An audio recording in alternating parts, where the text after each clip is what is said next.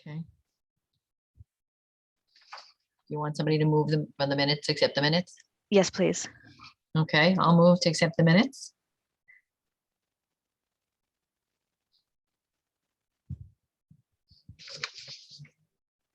Any seconds?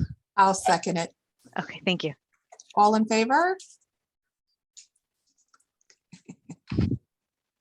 Okay, item 1 done. So yesterday we circulated the 2 draft comprehensive plan sections. There was the introduction and the first part of the land use chapter. We did finally get the GIS maps from Rockland County. Thank you, Jane, for facilitating that. And some of the analysis that we had hoped to have done by today is a little bit behind. So we're still working on that. And we did see that there were some comments received yesterday from a community organization. I think it's Coupon. Yeah. And yes. That stands for Citizens United to Protect Our Neighborhoods. Okay.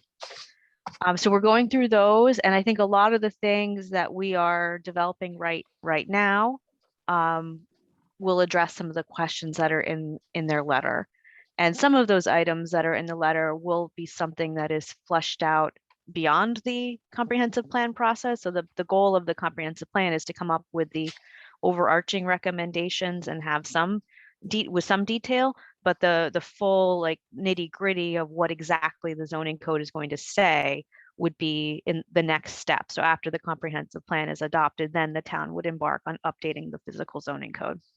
Yeah, I'm glad you actually, that's in your introduction or whatever. I'm glad it's very clear there. I think some people don't understand that, you know, basically it's setting the goals, but that doesn't change the zoning code. Like this is not changing the zoning code. Right.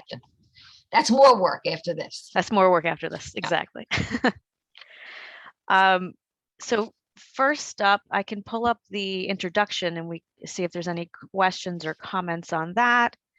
Let me share my screen.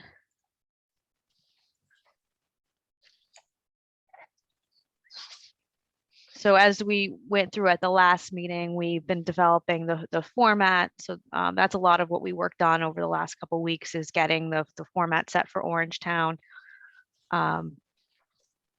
We've gone out and we have some photos that we took in the fall. We went out and took some additional photos. We've outlined, you know, what is a comprehensive plan? How do you use the comprehensive plan? The process. So we have a brief overview of what happened in 2003. We have. I thought that was really helpful in a way. Going back to kind of what we said was that to see, you know, the recommendations, but they never got done. So that's why it's really important that this process doesn't like play. You know, we have a comprehensive plan. Let's move on. Like we really have to make sure it continues. So. Right. It's amazing how many from the 2003 plan just, you know, never happened. So. Right. So this was our initial take in the research that we did. Certainly, yeah. If you are aware as a board of things that happened that we couldn't find in the public records, please let us know and we can update this table. Yeah. Okay. Because we do. There is, you know, I mean, I did see one that I want to clarify, but we don't need to do it now. Okay. So obviously this is all draft and it's a working document at this point. In the 2022 comprehensive plan, we've started by describing that, you know, what we've done so far, and then obviously as we go through the process, we will be filling in more in this section.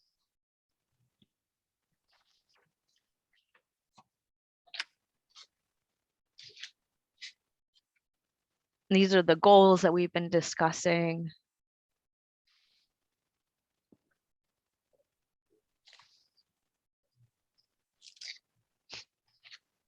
And then it goes into chapter 2. So are there any questions on the introduction at this point? Otherwise, certainly feel free to email me comments after this meeting. I'll have to read it, a little closer and email you anything, but. Okay. Okay, so chapter 2 goes over the current and future land use, zoning, and design. So what's posted so far primarily focuses on current land use, and we are developing the future land use, and we'll have that for the next meeting. Right now we're at our last meeting, we went over that memo that at a very high level identified some of the things that we were looking at, and that's what we're drilling down on now that we have the zoning maps. So again, it starts with an introduction. It goes over the existing land uses. We highlight the different typologies within the town. This is the current land use map, which is a little hard to see at this scale. If I zoom in, you can see that the bulk of the town is single family residential. That's all the yellow. Green is parks and open space. And you can see that the commercial areas generally follow the major corridors, so like Route 303.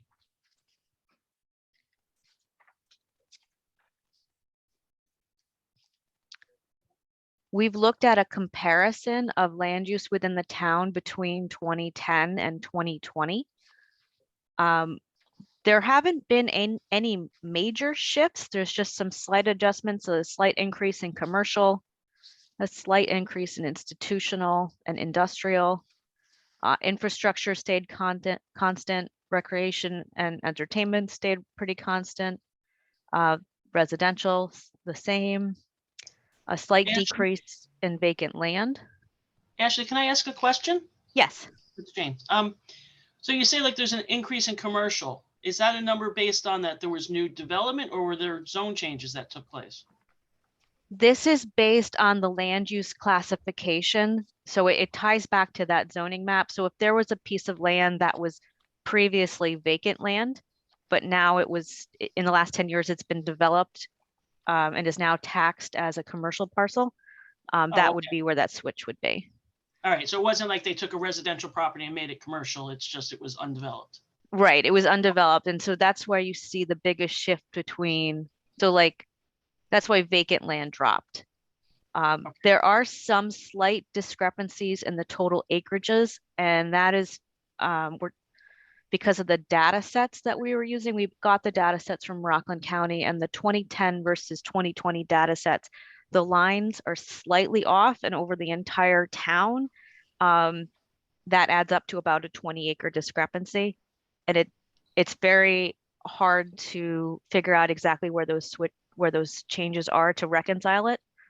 Like for example, one of the big ones I noticed was near the Tappan Zee Bridge. There were in 2010 some parcels that extended further out into the water, and then in 2020 it dropped. And just to point out, this land use map includes the town of Orangetown as a whole, Right. and does not exclude the hamlet. So that's why that parcel came into play. You mean it doesn't exclude the village? Village. Sorry, As it the doesn't villages, exclude the villages. So Yeah. you could see we have the Yeah. land use for all of the villages. I'll just add one thing, which is that the 20 or so acres is about 0.15% of the total land area. And we will ultimately include a footnote to those tables explaining the discrepancy. So it'll be clear. Right. And if Ashley, when you do find these discrepancies, if you could bring them to my attention, because last time the zoning map was actually updated was 2018. Okay. And there has been some, minor zoning changes done since then. So I used to send them up to the county, and we may need to adopt a new map depending on how many changes happen. Okay. So And I have a question. I have a question for you, and I don't know if, so for the residential, and I know you said this includes the villages. So if you had a apartment complex for rentals versus condominium owned properties with, I guess, how would they be reflected on here? So if they're condominiums, would they be under the residential counted as a unit, or? So this is looking at land area as opposed to unit count. Okay, So the okay. the that lot makes sense, because these would numbers would be very stay, low otherwise. Okay, yeah. okay, got it.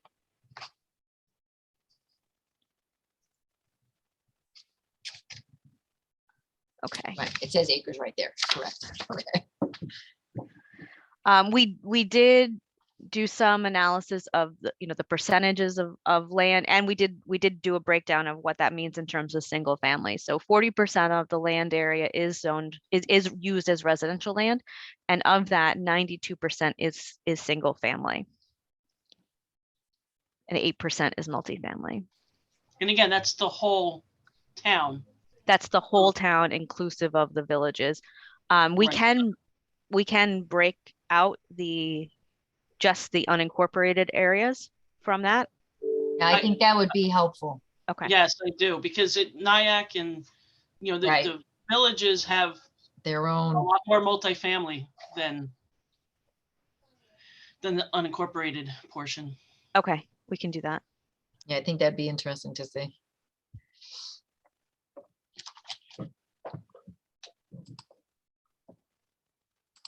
Okay, so we'll add that.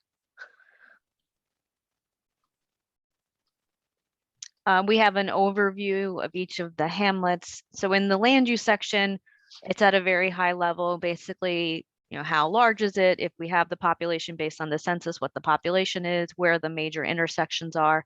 And then in the chapter 3, which is going to be more community character, historic resources, we'll have a little bit more detail there about especially Tapan and the other historic sections of the town.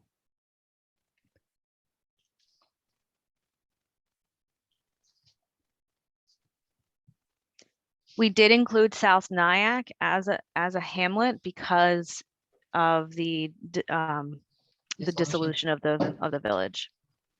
About 6 weeks from now, it will definitely be a hamlet.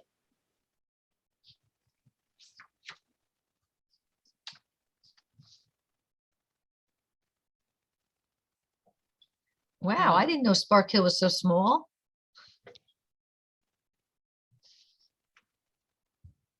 .5 square miles. Wow.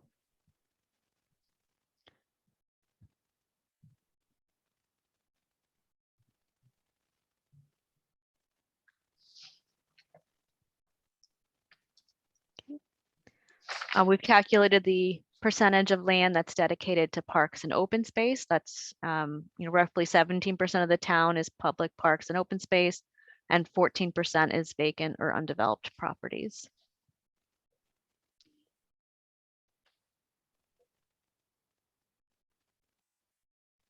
And this is a map of the open space properties.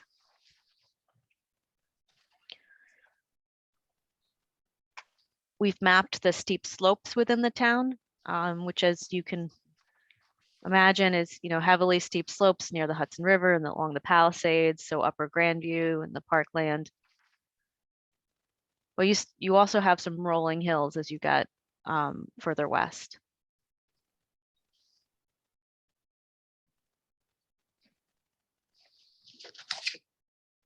We have an overview of all of the existing land use policies because it is important to build on that as we develop this comprehensive plan.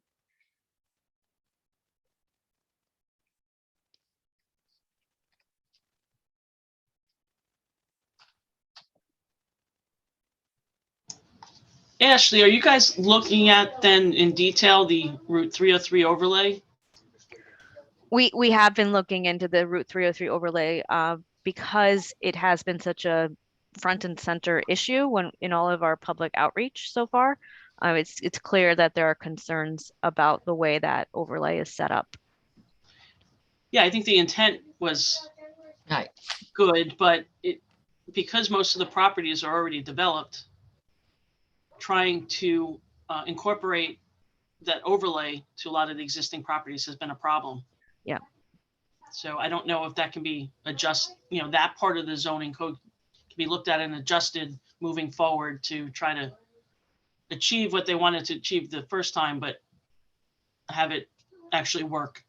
Yeah, so that is one of the things that we're digging into now, and plan to have some recommendations for the next meeting.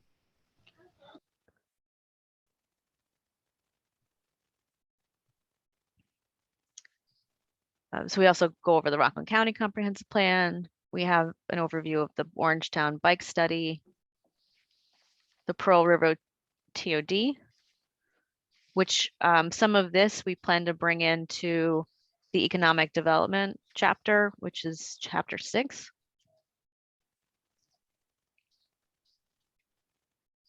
We go through all of the zoning. This zoning map will be swapped out. It's a placeholder. We have an overview of all of the existing zoning regulations, the districts.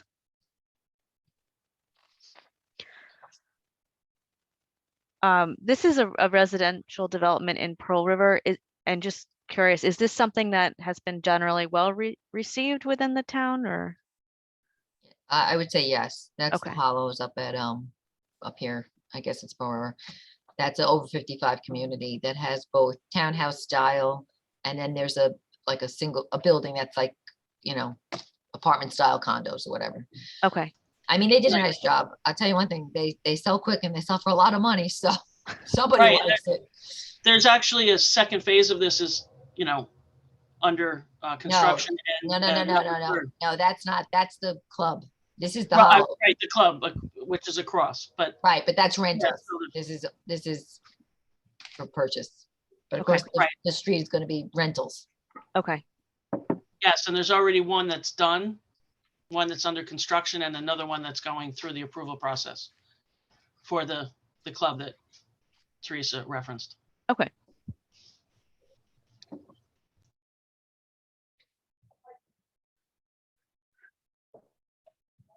We went over this a little bit last time.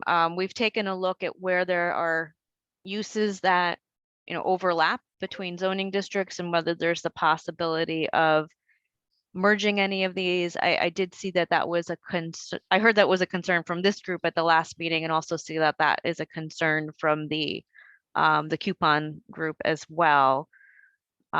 So I think we will probably we'll take a little bit more of a look at that, but that might not be something that we advance. I'm sorry, actually say that one more time. What was it that, Potentially merging some of the zoning districts, just as a way to help simplify the code. yeah, I don't know what the answer is, but we do need to simplify it, whether it's merging some or just making it clearer or doing something, but it's extremely confusing. Yeah.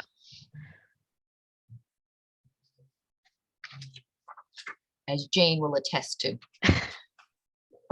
I mean, you could see just on this table that there is quite a bit of overlap between the CS and the CC.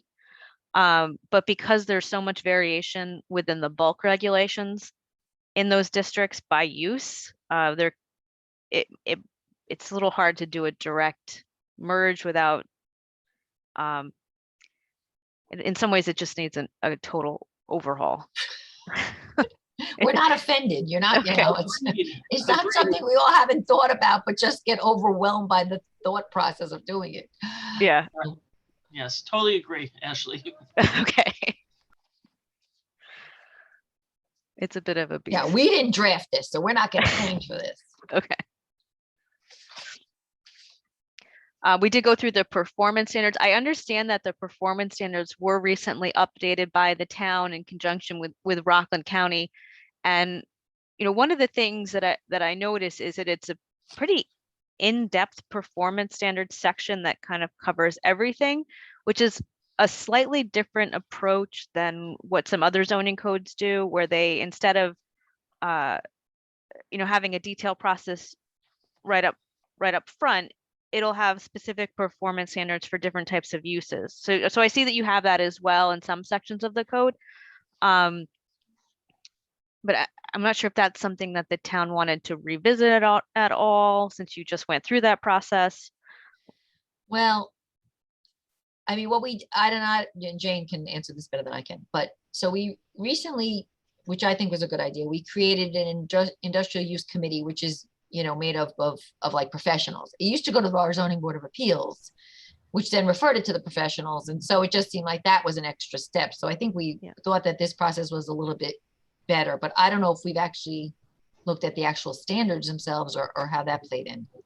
Right, we really haven't since, Okay. I think the last time it was looked at was 2017, 2018. And then, yes, Teresa's correct. More recently, I think it was July, they took it out of the hands of the ZBA and created the IUC committee, which is all town employees, but myself as the director and some engineers from DEME and the fire inspector. Okay. I do think that it would be a good idea to look at the performance standards, and if it is a way to break them down, like you're saying, and maybe model another code, I think that'd be interesting to see. Okay.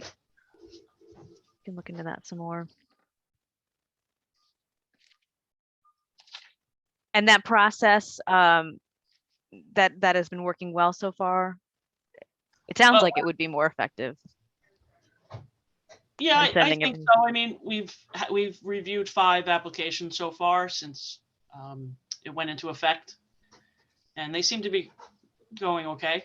Okay. It's just another committee for all of us to be on, but Yeah. yeah. Is it acting almost like a pre-application meeting, or is it more once you're really in the process? Once you're in the process, the applicant will make a application for a building permit, and then they'll have to file an IUC application with the performance standards application and the resume of operations, and that goes to the IUC committee, and we review it and issue any questions. Then we have a meeting. It's not a hearing; it's just a public meeting once a month. Okay. If we have items to review, it's the first Wednesday of every month. And Jane, do you sometimes, even you guys sometimes, well, I know it's new, but if you need experts, obviously you can have the applicant pay for experts. That's correct. There's a $3,500. I just drew a blank. Yeah, so they have Escrow, Like an whatever. escrow? Thank you. Escrow. I was gonna say deposit, but escrow. Thank you. And we do have one that we are going to engage an outside expert for review. Okay.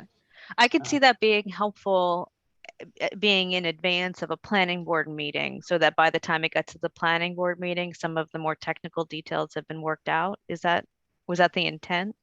Well, it depends on the application. If it's an applicant that's coming in to occupy an existing building, that wouldn't go to planning unless it's a change of use. Right. So they would just come in for an occupancy permit and construction permit if they're doing construction, and go to the IUC. If there's any change in an existing business operation, they have to file a new permit and amend their previously approved performance standards. If it's a new building, then it would start with the planning board process, because the planning board looks at it as far as the site design and layout and impact on the surrounding area. And as part of that review, my comments would be that IUC review and approval is required.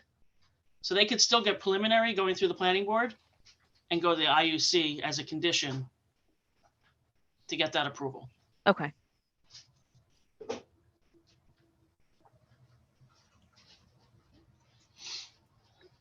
Thank you. I can share those applications with you if you want to see them.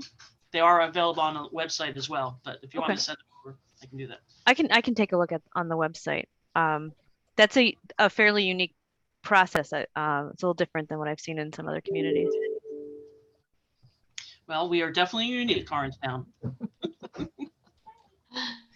But yes, if there's a way to make something more efficient that you're aware of, especially more efficient for the applicants and more clear, I think everyone would be open to that. Okay. I'll take a look.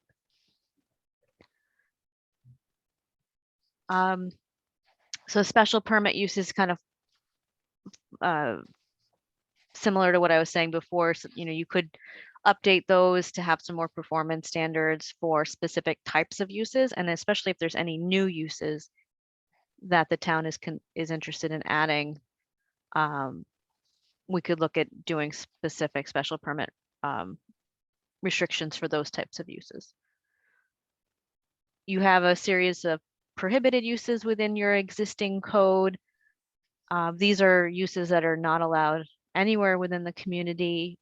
It's a pretty typical list of the types of things that communities don't want to see. And I guess the question would be if there's any other uses that should be added here. Actually, two that have come up recently is filming, like film studios.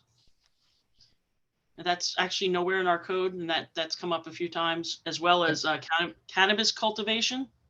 Right. Okay. But I think she's talking about things that we want to prohibit. Right, Oh, but yeah. those Oh, would no. be good to add to special permit, this film Right. studio and cannabis. That's coming up, cannabis is coming up quite a bit. Yeah, With we've the already change been in law. approached. We've been approached by our first cannabis. What is it called? Cultivation? Cultivation, that's correct. Cultivation. Okay. They've been looking at industrial areas, like light manufacturing zones is where I've seen it, because they can grow indoors or they're just processing indoors. Right, we've had some, Inquiry. actually. We've had an a inquiry. few, yeah, about where it would possibly be located, and yeah, the light industrial seems to be the appropriate zone for it at this We're going time. to become the cannabis cultivator Capital? community of the New York. Just to confirm, I'll I be thought very much happier. I believe I read an article or that the town did opt out of A dispensaries dispensary, yes. and Yes. lounges, okay, but did not opt out of anything else. You legally can't. You weren't Yeah, able yeah, to. yeah. So Understood. this is common. I've seen this in a few communities that have opted Yeah. out of dispensaries, but are still being approached for Yeah, cultivation. absolutely. And actually, we were approached, and I give them credit. They came and they said, we're looking at a location. You know, we had a nice conversation with them, and they were kind of like, well, we're glad to hear that you're not objecting, even though you can't legally object. You know, if you were like crazy objecting, we might look elsewhere. So, you know, look, it's got to be done somewhere. It's indoors. It's The process seemed pretty simple harmless, and right? low impact. Yeah. Yeah. We sat down, we went through the process with them, and it's fairly, like you said, low impact. Yep.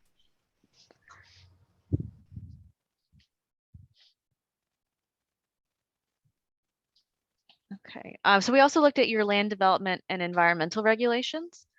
So these are things like your historic preservation districts, noise regulations, affordable housing, stormwater management, sediment and erosion and control, signs, water course, trees. We did notice that you don't have a specific wetland code. I think I brought that up on our last call, which might be something that you could add. We go into an overview of what we've heard from the community on land use and zoning so far.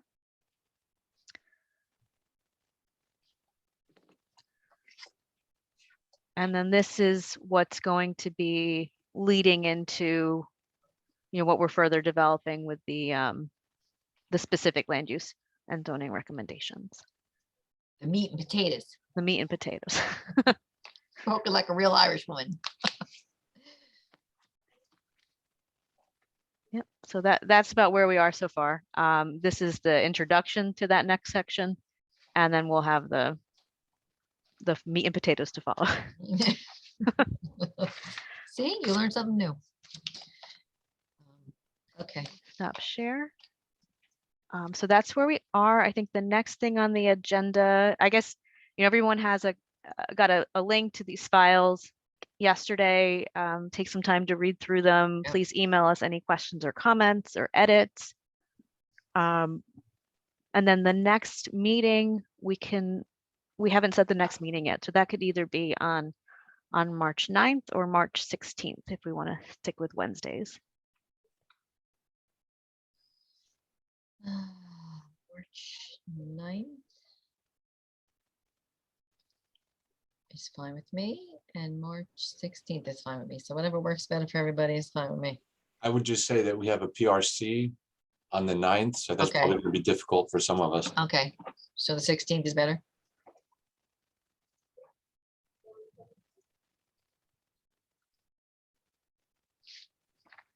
The 16th works for us if that works Okay. for the town. I think that's better for the group. Yeah, Teresa, I'll actually be in Florida at baseball spring training.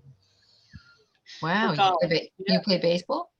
Yeah, my son does it. I'm this last only year. kidding. Yeah. So, but I should be able to call in. I haven't gotten baseball schedule yet, but I should be able to just dial in.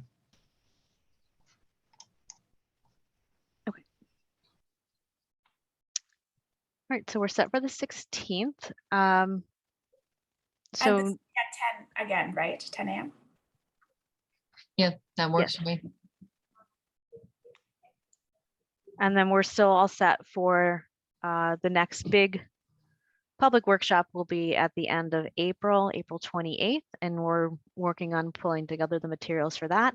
And between now and the 16th, we will be sending over some more draft sections of the comprehensive plan. Perfect. So if happy to answer any other questions about the process. If not, we can. Yeah, no, I'm gonna go. I do already have a couple comments, but I want to give them a second read, and I'll get you over my comments on what I have so far. Okay, great. Ashley, you sent us over the land use and zoning implementation strategies. Did you want us all to review those or? Yeah, so that was the memo that I went over at the last meeting, which was Okay. just the overview of what we're drilling down into more now. If there are any concerns about things that are in that memo or things you think we should, take off the list, please let us know and we'll take them off the list. Okay. That's easy. Okay, I'm good. Anybody else have any questions?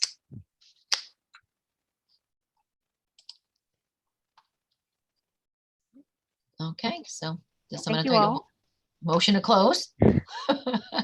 Motion to close. Eric seconded it, I think. All in favor? Aye. Thank Okay, you. so Have a good day. I'll see You you on too, the guys. 16th, Thanks. everybody. Thank you. Bye.